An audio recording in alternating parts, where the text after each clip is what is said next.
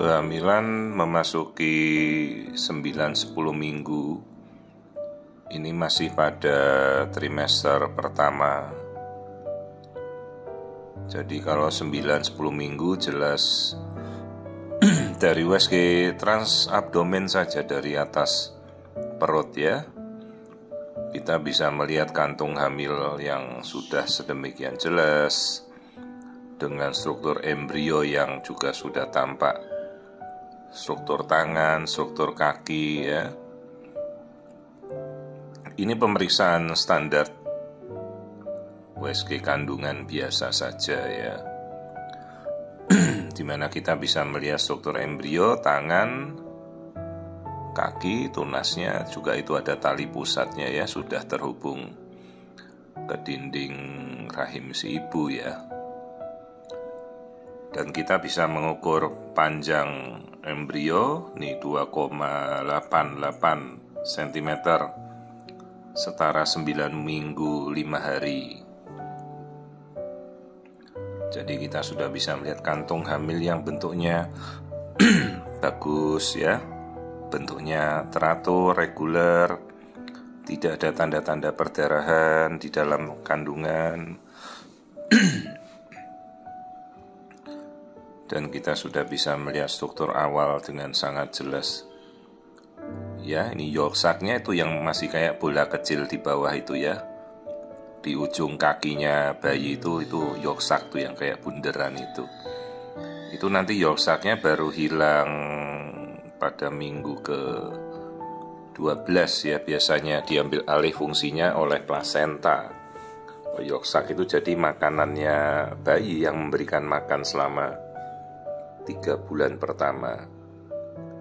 Jadi kalau kita sudah bisa melihat dari USG abdomen saja, saya tidak perlu melakukan USG lewat transvaginal. Tapi kalau belum bisa terlihat dengan jelas ya mutlak memang kita harus lakukan transvaginal ya, supaya kita tahu embrio sudah berkembang dengan baik, detak jantung harus sudah terlihat dengan jelas. Juga memastikan posisi bahwa kantung kehamilan itu harus berada di dalam rongga rahim ya. Nah, ini saya memperlihatkan aliran darah si janin ya.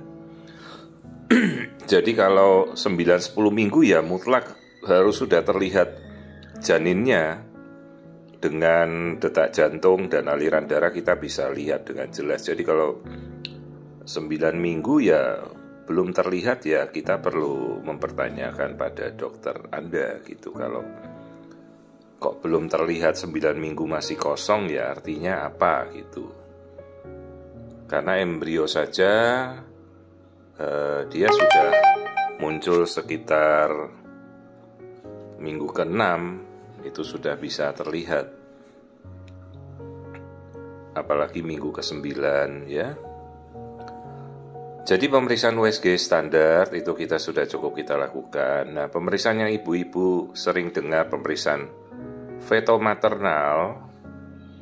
Pemeriksaan fetomaternal itu adalah pemeriksaan subspesialis di mana dilakukan oleh seorang yang mempunyai kompetensi konsultan fetomaternal. Jadi dia tulisannya SPOG, di belakangnya ada tulisannya subspesialis KFM atau konsultan feto. Ya, jadi dia harus sekolah lagi setelah lulus dokter kandungan untuk mengambil pendidikan tambahan subspesialis. Jadi fetomaternal itu adalah keilmuannya, konsultan feto itu adalah orang yang mengambil keilmuan tersebut ya. Fetomaternal bukan melulu hanya USG ya. Jadi orang-orang ibu-ibu baru tahu USG fetomaternal. USG fetomaternal itu bukan alat USG-nya, tapi USG yang dilakukan oleh seorang konsultan fetomaternal. Dan pastikan bahwa memang Anda diperiksa kalau memang fetomaternal oleh dokter subspesialis konsultan SPOG, subspesialis konsultan feto ya.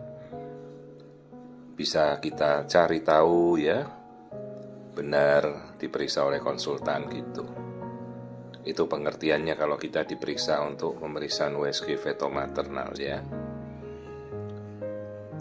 Ya tidak semua kota mungkin ada, tapi sekarang hampir di kota besar ada ya.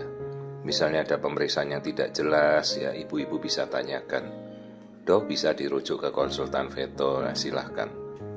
Jadi inilah kehamilan pada 9-10 minggu, janin yang berkembang dengan baik, normal ya, dengan pemeriksaan USG standar dari trans abdomen, dari atas perut saja.